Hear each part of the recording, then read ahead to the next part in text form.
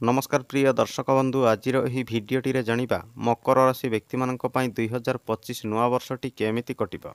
2025 नुआ वर्ष रे मकर राशि व्यक्ति मानकर स्वास्थ्य, शिक्षा, लव लाइफ, मैरेज लाइफ, भाग्य, कैरियर एवं व्यापार बिजनेस केमिति रहिबा जानिबा आज भिडटे 2025 वर्षर संपूर्ण भविष्यवाणी विषय रे। मकर राशि व्यक्ति माने 2025 नुआ वर्षर संपूर्ण भविष्यवाणी विषय रे जानिबाकु चाहूथिले ए वीडियो को थरे शेष पर्यंत निश्चय देखंतु। आउ जदि प्रथम करी आम चैनल रे आसीचंती ताहले आम चैनल को सब्सक्राइब करंतु एवं पाखरे आस्था बेल रो आइकन को मते क्लिक करंतु, जहा फल रे हमर प्रत्येक वीडियो सर्वप्रथमे आपण माने पाई परिबे।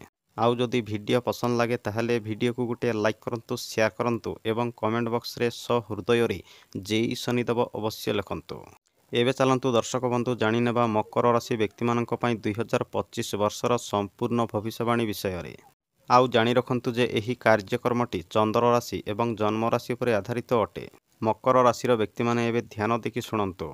आपणकर राशि रे पंचम घरे विराजमान अछंती देवगुरु बृहस्पति, आपणकर तृतीय घरे विराजमान अछंती राहुदेव एवं आपणकर द्वितीय घरे विराजमान अछंती शनिदेव एवं शुक्रदेव। आउ आपणकर सप्तम घरे विराजमान अछंती मंगल एवं आपणकर नवम घरे विराजमान अछंती केतुदेव। आउ आपणकर एकादश घरे विराजमान अछंती बुधदेव एवं आपणकर द्वादश घरे विराजमान अछंती सूर्यदेव। प्रथमे जानिबा गुरु बृहस्पति विषय रे। 2025 नुआ वर्ष रे गुरु बृहस्पति आपणको कि प्रकारर फल प्रदान करिवे। आउ गुरु बृहस्पति आपणकर पंचम घरे विराजमान अछंती, किंतु मई मास 15 तारिख 2025 को गुरु बृहस्पति आपणकर षष्ठ घरे विराजमान करिवे।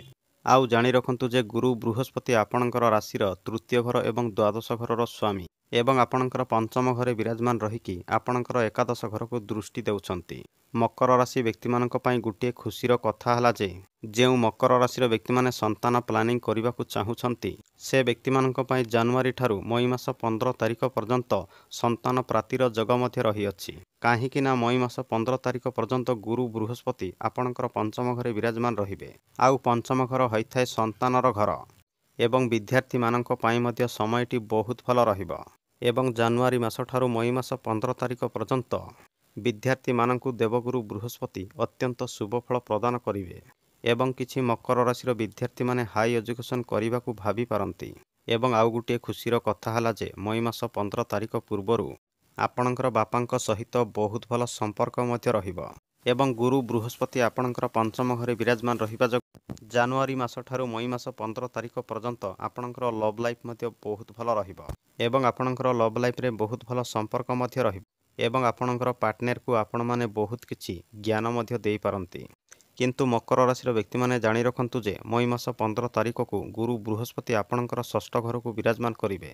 आउ जेबे गुरु बृहस्पति आपणकर षष्ठ घर को विराजमान करिवे एवं गुरु बृहस्पतिंकर दृष्टि आपणकर दशम घरे, द्वादश घरे एवं द्वितीय घरे पड़िबो। मकर राशि व्यक्ति माने खास करी गुटिए कथा ध्यान रखंतु जे जेबे गुरु बृहस्पति आपणकर षष्ठ घर को विराजमान करिवे आपणको डाइजेशन समस्या एवं गैस्ट्रिक समस्या देखादेव। एही कारणरू आपण माने मई मास 15 तारिख ठारू खाइबा पीबारे विशेष ध्यान रखंतु एवं खास करी आपण माने मसाला सामग्री एवं तेल सामग्री खाद्य प्रति विशेष दूरेकी रुहंतु।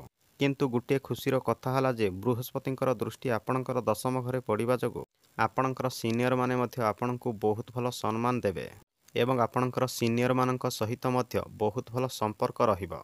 एवं बृहस्पतिंकर दृष्टि आपणकर दशम घरे पड़िबा जगु आपणकर प्रत्येक काम कार्य को आपण माने मन ध्यान देकी करिवे एवं आपणकर काम कार्य मध्य आपणक पई बहुत भल चलिबो। आउ गुरु बृहस्पतिंकर दृष्टि आपणकर द्वादश घरे पड़िबा जगु आपणको एमएनसी कंपनी रे चाकरी मिलिबार बहुत संभावना मध्य रही अछि। एवं किछि मकर राशि व्यक्ति माने लॉन्ग ट्रैवलिंग एवं फॉरेन ट्रैवलिंग मध्य करि पारंती। एवं जो व्यक्ति माने विदेशी गतिविधि कनेक्शन रखी व्यापार बिजनेस करुछंती से व्यक्ति मानक पई मध्य गुरु बृहस्पति अत्यंत शुभ फल प्रदान करिवे। एवं मई मास 15 तारिख परे आपणकर काम कार्य को नै आपण माने लॉन्ग ट्रैवलिंग मध्य करि पारंती। एवं जानि रखंतु जे बृहस्पतिंकर दृष्टि आपणकर 2 नंबर घरे पड़िबा जगु आपणकर कम्युनिकेशन बहुत भल रहिबो एवं आपणकर बाणी रे बहुत मधुरता मध्य आसीबो। आउ आपणकर मधुर कथावार्ता रे सामना वाला व्यक्ति आपणक ऊपर प्रसन्न मध्य होई जिवे। एबे आसंतु जानिबा शनिदेवंक विषय रे। 2025 नुआ वर्ष रे शनिदेव आपणको कि प्रकारर फल प्रदान करिवे। ମକର ରାଶିର ବ୍ୟକ୍ତିମାନେ ଜାଣି ରଖନ୍ତୁ ଯେ 30 ମାର୍ଚ୍ଚ 2025କୁ ଶନିଦେବ ଆପଣଙ୍କର ଦ୍ୱିତୀୟ ଘରରୁ ବାହାରି ତୃତୀୟ ଘରକୁ ବିରାଜମାନ କରିବେ। ଏବଂ ଗୋଟିଏ ଖୁସିର କଥା ହେଲା ଯେ 30 ମାର୍ଚ୍ଚ 2025 ଠାରୁ ଆପଣଙ୍କ ପାଇଁ ଶନିଙ୍କର 7.5 ସମ୍ପୂର୍ଣ୍ଣ ରୂପରେ ଶେଷ ହୋଇଯିବ। ଏବଂ ଗୋଟିଏ ବଡ଼ କଥା ହେଲା ଯେ ଶନିଙ୍କର 7.5 ଶେଷ ଚରଣରେ ଶନିଦେବ ଆପଣଙ୍କର ଜୀବନରେ କିଛି ନା କିଛି ପରିବର୍ତ୍ତନ ନିଶ୍ଚୟ ଦେଇକି ଯିବେ। ମାନେ ଜାନୁଆରୀ ଠାରୁ ମାର୍ଚ୍ଚ ମାସ 30 ତାରିଖ ପର୍ଯ୍ୟନ୍ତ ଶନିଦେବ ଆପଣଙ୍କୁ କିଛି ନା କିଛି ଶୁଭଫଳ ନିଶ୍ଚିନ୍ତ ପ୍ରଦାନ କରିବେ ଏବଂ ଆପଣଙ୍କର ଜୀବନରେ ମଧ୍ୟ କିଛି ନା କିଛି ପରିବର୍ତ୍ତନ ନିଶ୍ଚୟ ଦେଖାଦେବ। ଆଉ ଆପଣଙ୍କର କୁଟୁମ୍ବ ପରିବାରରେ ଚାଲୁଥିବା କଳି ଝଗଡ଼ା ସମସ୍ୟା ମଧ୍ୟ ଦୂର ହୋଇଯିବ ଏବଂ ଆପଣଙ୍କ ପାଇଁ ସ୍ୱାମୀ ସ୍ତ୍ରୀଙ୍କ ଭିତରେ ଚାଲୁଥିବା ସବୁ କଳି ଝଗଡ଼ା ସମସ୍ୟା ମଧ୍ୟ ଦୂର ହୋଇଯିବ ଏବଂ ଆପଣଙ୍କର କ୍ୟାରିୟରରେ ମଧ୍ୟ କିଛି ନା କିଛି ପରିବର୍ତ୍ତନ ନିଶ୍ଚୟ ଆସିବ।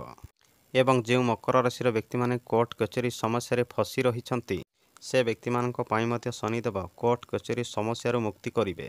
ଆଉ ଯେଉଁ ବ୍ୟକ୍ତିମାନେ ଋଣ କରଜରେ ଫସି ରହିଛନ୍ତି ସେ ବ୍ୟକ୍ତିମାନଙ୍କ ପାଇଁ ମଧ୍ୟ ଶନିଦେବ ଋଣ କରଜରୁ ମୁକ୍ତି କରିବେ।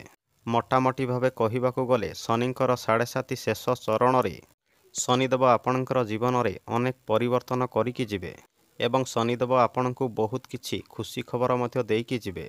କିନ୍ତୁ ମକର ରାଶିର ବ୍ୟକ୍ତିମାନେ ଖାସ୍ କରି ଗୋଟିଏ କଥା ଧ୍ୟାନ ରଖନ୍ତୁ ଯେ 30 ମାର୍ଚ୍ଚ 2025 ପର୍ଯ୍ୟନ୍ତ ଆପଣଙ୍କର ବାଣୀକୁ ଆପଣମାନେ ବିଶେଷ କଣ୍ଟ୍ରୋଲରେ ରଖନ୍ତୁ ଏବଂ କଥାବାର୍ତ୍ତା କରିବା ସମୟରେ ଆପଣମାନେ ବିଶେଷ ସାବଧାନର ସହିତ କଥାବାର୍ତ୍ତା କରନ୍ତୁ ଏବଂ କୌଣସି ବ୍ୟକ୍ତିଙ୍କୁ ଆପଣମାନେ ସହଜରେ ବିଶ୍ୱାସ ମଧ୍ୟ କରନ୍ତୁ ନାହିଁ। ଏବଂ ମାର୍ଚ୍ଚ ମାସ 30 ତାରିଖ ପର୍ଯ୍ୟନ୍ତ ଆପଣଙ୍କର ପ୍ରତ୍ୟେକ କାମ କାର୍ଯ୍ୟରେ ଆପଣମାନେ ବିଶେଷ ଧ୍ୟାନ ରଖନ୍ତୁ। ଆଉ ଆପଣଙ୍କର ଜୀବନରେ କୌଣସି ବି ଡିସିସନ୍ ନେବା ପୂର୍ବରୁ 100 ଥର ଭାବିଚିନ୍ତିକି ନିଅନ୍ତୁ ଏବଂ କୌଣସି ଜାଗାରେ ଧନ ଇନଭେଷ୍ଟମେଣ୍ଟ କରିବାକୁ ଚାହୁଁଥିଲେ ମଧ୍ୟ 100 ଥର ଭାବିଚିନ୍ତିକି କରନ୍ତୁ ଏବଂ ଯେକୌଣସି କାର୍ଯ୍ୟ କରିବା ପୂର୍ବରୁ ଆପଣମାନେ ଭାବିଚିନ୍ତିକି କରନ୍ତୁ, ତରବର ହୁଅନ୍ତୁ ନାହିଁ। କିନ୍ତୁ ଗୋଟିଏ ଖୁସିର କଥା ହେଲା ଯେ ଯେବେ ଶନିଦେବ ଆପଣଙ୍କର ତୃତୀୟ ଘରକୁ ବିରାଜମାନ କରିବେ 30 ମାର୍ଚ୍ଚ 2025କୁ ଆପଣଙ୍କ ପାଇଁ ଅତ୍ୟନ୍ତ ଶୁଭ ସମୟ ଆରମ୍ଭ ହୋଇଯିବ ଏବଂ ଶନିଦେବଙ୍କର ସ୍ଥିତି ମଧ୍ୟ ଆପଣଙ୍କ ପାଇଁ ବହୁତ ଭଲ ରହିବ। ଆଉ ଜାଣି ରଖନ୍ତୁ ଯେ 30 ମାର୍ଚ୍ଚ 2025 ଠାରୁ ଆପଣଙ୍କ ଭିତରେ ବହୁତ ଭଲ କନଫିଡେନ୍ସ ଏବଂ ଏନର୍ଜି ରହିବ ଏବଂ ଆପଣଙ୍କ ଭିତରେ ବହୁତ ସାହସ ଏବଂ କନଫିଡେନ୍ସ ମଧ୍ୟ ବଢ଼ିଯିବ। ଏବଂ 30 ମାର୍ଚ୍ଚ 2025 ଠାରୁ ଶନିଦେବ ଆପଣଙ୍କୁ ଅତ୍ୟନ୍ତ ଶୁଭଫଳ ମଧ୍ୟ ପ୍ରଦାନ କରିବେ। ଆଉ ଖାସ୍ କରି ଯେଉଁ ବ୍ୟକ୍ତିମାନେ ଅନଲାଇନ୍ ଏବଂ ଡିଜିଟାଲ ଜିନିଷପତ୍ର ବେପାର ବିଜନେସ୍ କରୁଛନ୍ତି ସେ ବ୍ୟକ୍ତିମାନଙ୍କୁ ଶନିଦେବ ଅତ୍ୟନ୍ତ ଶୁଭଫଳ ପ୍ରଦାନ କରିବାକୁ ଯାଉଛନ୍ତି। ଆଉ ଆପଣଙ୍କର ୱାର୍କିଂ ପ୍ଲେସ୍ ପାଇଁ ମଧ୍ୟ ସମୟଟି ଅତ୍ୟନ୍ତ ଶୁଭ ରହିବ। ଏବଂ ଯେଉଁ ମକର ରାଶିର ବ୍ୟକ୍ତିମାନଙ୍କର ଜୀବନରେ ସବୁବେଳେ କଳି ଝଗଡ଼ା ସମସ୍ୟା ଲାଗିକି ରହୁଥିଲା ସେ ବ୍ୟକ୍ତିମାନଙ୍କର ଜୀବନରେ ଚାଲୁଥିବା ସବୁ ଦୁଃଖ କଷ୍ଟ ମଧ୍ୟ ଦୂର ହୋଇଯିବ ଯେବେ ଶନିଦେବ ଆପଣଙ୍କର ତୃତୀୟ ଘରକୁ ବିରାଜମାନ କରିବେ। ଏବଂ ଯେଉଁ ବ୍ୟକ୍ତିମାନେ ସବୁବେଳେ ଟେନସନ୍ ଏବଂ ଚିନ୍ତାରେ ରହୁଥିଲେ ସେ ବ୍ୟକ୍ତିମାନଙ୍କର ଚିନ୍ତା ଏବଂ ଟେନସନ୍ ମଧ୍ୟ ଦୂର ହୋଇଯିବ। ଦର୍ଶକ ବନ୍ଧୁ ଏବେ ଆସନ୍ତୁ ଜାଣିବା ରାହୁଦେବ ଏବଂ କେତୁଦେବଙ୍କ ବିଷୟରେ। 2025 ନୂଆ ବର୍ଷରେ ରାହୁଦେବ ଏବଂ କେତୁଦେବ ଆପଣଙ୍କୁ କି ପ୍ରକାରର ଫଳ ପ୍ରଦାନ କରିବେ। ଆଉ ଜାଣି ରଖନ୍ତୁ ଯେ ରାହୁଦେବ ଆପଣଙ୍କର ରାଶିରେ ତୃତୀୟ ଘରେ ବିରାଜମାନ ଅଛନ୍ତି ଆଉ କେତୁଦେବ ଆପଣଙ୍କର ନବମ ଘରେ ମାନେ ଭାଗ୍ୟସ୍ଥାନରେ ବିରାଜମାନ ଅଛନ୍ତି। କିନ୍ତୁ ଜାଣି ରଖନ୍ତୁ ଯେ ମଇ ମାସ 18 ତାରିଖକୁ ରାହୁଦେବ ଆପଣଙ୍କର ଦ୍ୱିତୀୟ ଘରକୁ ବିରାଜମାନ କରିବେ ଏବଂ କେତୁଦେବ ଆପଣଙ୍କର ଅଷ୍ଟମ ଘରକୁ ବିରାଜମାନ କରିବେ। କିନ୍ତୁ ଜାଣି ରଖନ୍ତୁ ଯେ ଜାନୁଆରୀ ଠାରୁ ମଇ ମାସ 18 ତାରିଖ ପର୍ଯ୍ୟନ୍ତ ରାହୁଦେବ ଆପଣଙ୍କୁ ଅତ୍ୟନ୍ତ ଶୁଭଫଳ ପ୍ରଦାନ କରିବେ ଏବଂ ରାହୁଦେବ ଆପଣଙ୍କୁ ବହୁତ ଚତୁର ଏବଂ ଚାଲାକ ମଧ୍ୟ ବନେଇବେ। ଆଉ ଆପଣଙ୍କର ମାଇଣ୍ଡକୁ ମଧ୍ୟ ରାହୁଦେବ 2 ଗୁଣ ବଢ଼େଇ ଦେବେ। ଆଉ ଗୋଟିଏ ଭଲ କଥା ହେଲା ଯେ ଜାନୁଆରୀ ଠାରୁ ମଇ ମାସ 18 ତାରିଖ ପର୍ଯ୍ୟନ୍ତ ଆପଣଙ୍କୁ କୌଣସି ବ୍ୟକ୍ତି ମଧ୍ୟ ଫ୍ରଡ୍ କରିପାରିବେ ନାହିଁ କାହିଁକି ନା ଆପଣମାନେ ବହୁତ ଚତୁର ଏବଂ ଚାଲାକ ରହିବେ ଏବଂ ଆପଣଙ୍କର କାମ କାର୍ଯ୍ୟକୁ ମଧ୍ୟ ରାହୁଦେବ ବହୁତ ବଢ଼େଇ ଦେବେ। ଆଉ ଜାଣି ରଖନ୍ତୁ ଯେ ଜାନୁଆରୀ ଠାରୁ ମଇ ମାସ 18 ତାରିଖ ପର୍ଯ୍ୟନ୍ତ ଆପଣଙ୍କ ପାଖରେ ବହୁତ କାମ ମଧ୍ୟ ଆସିବ ଏବଂ ଯେଉଁ ବ୍ୟକ୍ତିମାନେ ମାର୍କେଟିଂ କାର୍ଯ୍ୟ କରୁଛନ୍ତି ସେ ବ୍ୟକ୍ତିମାନେ ମଧ୍ୟ ଟିକେ ଅଧିକା ବିଜି ରହିପାରନ୍ତି କାହିଁକି ନା ରାହୁଦେବ ଆପଣଙ୍କର କାମ କାର୍ଯ୍ୟକୁ ଟିକେ ଅଧିକା ବଢ଼େଇ ଦେବେ ଏବଂ କିଛି ନୂଆ ଲୋକଙ୍କ ସହିତ ଆପଣମାନେ ସମ୍ପର୍କ ମଧ୍ୟ ଯୋଡ଼ି ପାରନ୍ତି ଏବଂ କିଛି ମକର ରାଶିର ବ୍ୟକ୍ତିମାନେ ଜିମ୍ ମଧ୍ୟ ଜଏନ୍ କରିପାରନ୍ତି। କିନ୍ତୁ ଧ୍ୟାନ ରଖନ୍ତୁ ଯେ କେତୁଦେବ ଆପଣଙ୍କର ଭାଗ୍ୟ ସ୍ଥାନରେ ବିରାଜମାନ ରହିବା ଯୋଗୁଁ ଜାନୁଆରୀ ଠାରୁ ମଇ ମାସ 18 ତାରିଖ ପର୍ଯ୍ୟନ୍ତ ଆପଣଙ୍କର କାମ କାର୍ଯ୍ୟରେ କେତୁଦେବ ଅନେକ ସମସ୍ୟା ସୃଷ୍ଟି କରିବେ। ଏହି କାରଣରୁ ଜାନୁଆରୀ ଠାରୁ ମଇ ମାସ 18 ତାରିଖ ପର୍ଯ୍ୟନ୍ତ ଆପଣଙ୍କର କାମ କାର୍ଯ୍ୟରେ ଆପଣମାନେ ବିଶେଷ ଧ୍ୟାନ ରଖନ୍ତୁ। ଆଉ ଗୋଟିଏ ଦୁଃଖର କଥା ହେଲା ଯେ ଆପଣଙ୍କର ପ୍ରତ୍ୟେକ କାମ କାର୍ଯ୍ୟ ଅନେକ ସମସ୍ୟାର ସହିତ ପୂରଣ ହେବ ଏବଂ ଗୋଟିଏ ଦିନରେ ପୂରଣ ହେବା କାମ ଆପଣଙ୍କୁ 3 ଦିନ ଲାଗିଯାଇପାରେ କାହିଁକି ନା କେତୁଦେବ ଆପଣଙ୍କର କାମ କାର୍ଯ୍ୟରେ ଅନେକ ସମସ୍ୟା ସୃଷ୍ଟି କରିବେ ମଇ ମାସ 18 ତାରିଖ ପର୍ଯ୍ୟନ୍ତ। ଏହି କାରଣରୁ ଆପଣମାନେ ଜାନୁଆରୀ ଠାରୁ ମଇ ମାସ 18 ତାରିଖ ପର୍ଯ୍ୟନ୍ତ ଆପଣଙ୍କର କାମ କାର୍ଯ୍ୟରେ ଆପଣମାନେ ବିଶେଷ ଧ୍ୟାନ ରଖନ୍ତୁ। ଏବଂ ଗୋଟିଏ କଥା ଧ୍ୟାନ ରଖନ୍ତୁ ଯେ ଯେବେ ରାହୁଦେବ ଆପଣଙ୍କର ଦ୍ୱିତୀୟ ଘରକୁ ବିରାଜମାନ କରିବେ ଆପଣମାନେ କଥାବାର୍ତ୍ତା କରିବା ସମୟରେ ପୁରା ସ୍ପିଡରେ କଥାବାର୍ତ୍ତା କରିବେ। ମକର ରାଶିର ବ୍ୟକ୍ତିମାନେ ଏହି କଥାକୁ ମନେ ରଖନ୍ତୁ ଏବଂ ମଇ ମାସ 18 ତାରିଖ ପରେ ଧୀରେ ଧୀରେ କଥାବାର୍ତ୍ତା କରିବା ପାଇଁ ଚେଷ୍ଟା କରନ୍ତୁ। ଏବଂ ମକର ରାଶିର ବ୍ୟକ୍ତିମାନେ ଖାସ୍ କରି ଗୋଟିଏ କଥା ଧ୍ୟାନ ରଖନ୍ତୁ ଯେ ଯେବେ ରାହୁଦେବ ଆପଣଙ୍କର ଦ୍ୱିତୀୟ ଘରକୁ ବିରାଜମାନ କରିବେ ଆପଣମାନେ ଭୁଲରେ ମଧ୍ୟ କୌଣସି ବ୍ୟକ୍ତିଙ୍କ ସହିତ ଆର୍ଗୁମେଣ୍ଟ ଜମା ମଧ୍ୟ କରନ୍ତୁ ନାହିଁ, ନହେଲେ ଛୋଟ ସମସ୍ୟା ମଧ୍ୟ ଆପଣଙ୍କ ପାଇଁ ବହୁତ ବଡ଼ ହୋଇଯିବ। ଏବଂ ଜାଣି ରଖନ୍ତୁ ଯେ ଯେବେ କେତୁଦେବ ଆପଣଙ୍କର ଅଷ୍ଟମ ଘରକୁ ବିରାଜମାନ କରିବେ ଆପଣଙ୍କର ପୁରୁଣା ଗାଡ଼ି ମଟର ବିକ୍ରି କରି ନୂଆ ଗାଡ଼ି ମଟର କିଣିବା ପାଇଁ ଭାବି ପାରନ୍ତି। ଏବଂ ଆଉ ଗୋଟିଏ କଥା ଧ୍ୟାନ ରଖନ୍ତୁ ଯେ ମଇ ମାସ 18 ତାରିଖ ପରେ ମକର ରାଶିର ବ୍ୟକ୍ତିମାନେ ଯାନବାହନ ଚଳାଇବା ସମୟରେ ବିଶେଷ ସାବଧାନ ରୁହନ୍ତୁ ଏବଂ ଜମା ମଧ୍ୟ ସ୍ପିଡରେ ଗାଡ଼ି ଚଳାନ୍ତୁ ନାହିଁ। କାରଣ ଯେବେ କେତୁଦେବ ଆପଣଙ୍କର ଅଷ୍ଟମ ଘରକୁ ବିରାଜମାନ କରିବେ ଆପଣଙ୍କ ସହିତ ଛୋଟ ମୋଟ ଦୁର୍ଘଟଣା ହେବାର ବହୁତ ସମ୍ଭାବନା ରହିଅଛି। ମକର ରାଶିର ବ୍ୟକ୍ତିମାନେ ଖାସ୍ କରି ଏହି କଥାକୁ ଧ୍ୟାନ ରଖନ୍ତୁ ଏବଂ ମଇ ମାସ 18 ତାରିଖ ପରେ ଆପଣମାନେ ବିଶେଷ ସାବଧାନ ରୁହନ୍ତୁ। ଦର୍ଶକ ବନ୍ଧୁ, ଏ ଥିଲା ମକର ରାଶିର 2025 ବର୍ଷର ସମ୍ପୂର୍ଣ୍ଣ ଭବିଷ୍ୟବାଣୀ।